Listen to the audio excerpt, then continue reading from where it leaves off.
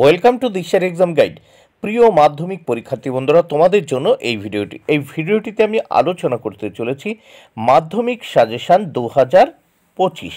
2025 এর এই মাধ্যমিক সাজেশানে আজ আমি আলোচনা করতে চলেছি ভূগোল বিষয়ের লাস্ট মিনিট পাস মার্কের সাজেশান। মাত্র কয়েকটি প্রশ্ন পড়লেই 100% কমন তোমরা এখান থেকে পেয়ে যাবে।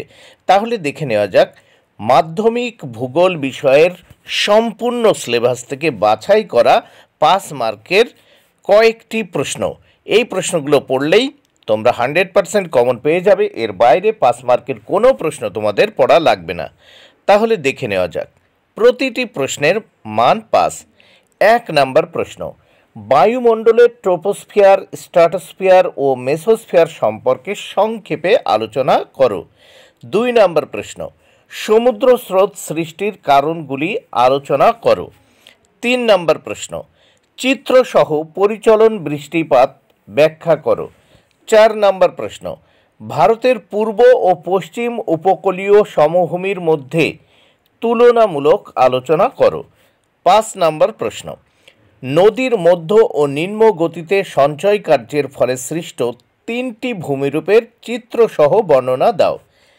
6 নম্বর প্রশ্ন, হিমবাহের ক্ষয়কার্যের ফলে সৃষ্ট ভূমিরূপের চিত্রসহ বর্ণনা দাও। 7 নম্বর প্রশ্ন, ভারতে নগরায়ন গড়ে ওঠার কারণগুলি লেখো। ভারতের নগরায়নের প্রধান সমস্যাগুলি আলোচনা করো।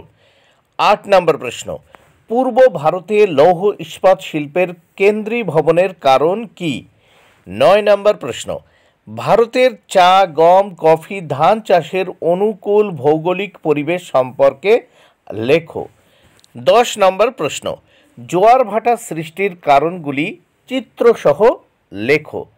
11 নম্বর প্রশ্ন, হিমবাহ ও জলধারার মিলিত ক্ষয়কার্যের ফলে সৃষ্ট 3টি ভূমিরূপ চিত্রসহ আলোচনা করো।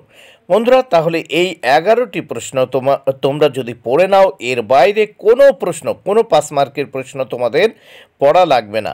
100% কমনের জন্য এই পাস মার্কের প্রশ্নগুলি তোমাদের জন্য যথেষ্ট। ভিডিওটি ভালো লাগলে অবশ্যই লাইক, কমেন্ট ও শেয়ার করো। Thank you very much. Keep watching my channel and my video.